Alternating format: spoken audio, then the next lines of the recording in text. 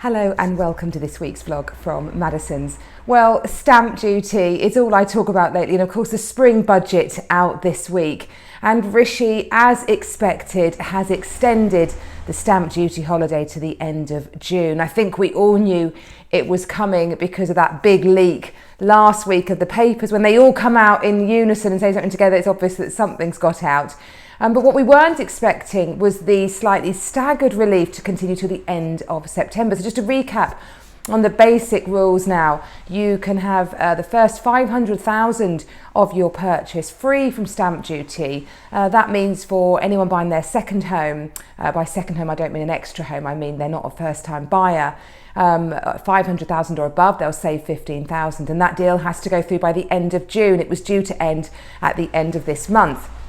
But what he has also done is introduced a staggered relief so that until the end of September you get the first 250,000 off. So it means that you've avoided that cliff edge of transactions that the industry was worried might all collapse because of the sudden extra bill that they were having to face. So the end of September, that will see us right through the spring market, right through the summer market, which of course last year was absolutely crazy busy. And they're thinking it might be this year as well because of that lockdown being lifted in full in June. So yeah, great news there for stamp duty. We will remain, I'm sure, very, very busy. Other highlights from his budget: no change on capital gains tax for selling a property other than your principal private residence. That was expected, actually, a bit of a shock that he hasn't done that, but the industry and indeed many key advisors were very, very against that, feeling that it could send a real shockwave through the system.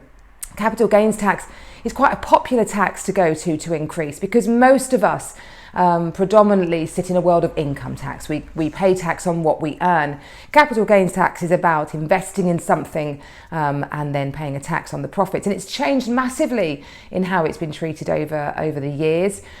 Used to be charged at your marginal rate, but also used to benefit from a wonderful thing called indexation, which basically allowed for the value of your money to have increased anyway because of inflation.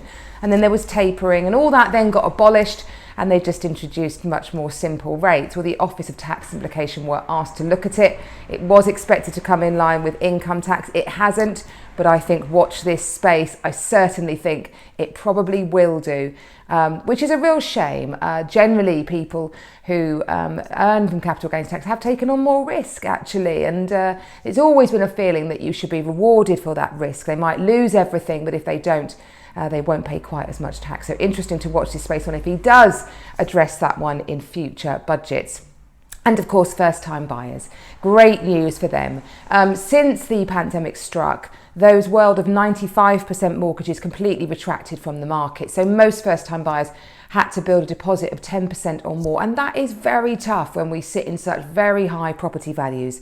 But the government have announced that they will do a government-backed guarantee scheme, so lenders can return to that market, lend to first-time buyers with only a 5% deposit, because the government will stand there as security in the background if everything goes wrong. So that's really, really great. The first-time buyer market has been really hit by the pandemic, so great news for them.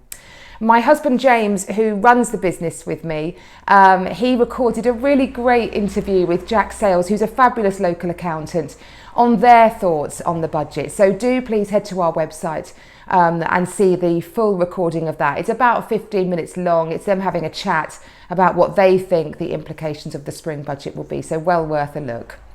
Well, moving on to more lighter subjects, delighted to say as I sit here in Royal Tunbridge Wells, my gorgeous hometown that I absolutely love. I moved here about 20 years ago. I'm a Norfolk girl at heart, but I moved here 20 years ago, and I think of it definitely as my home. I love it. You might get criticised sometimes, but I think it's a pretty great place to live, and I've lived in lots of places.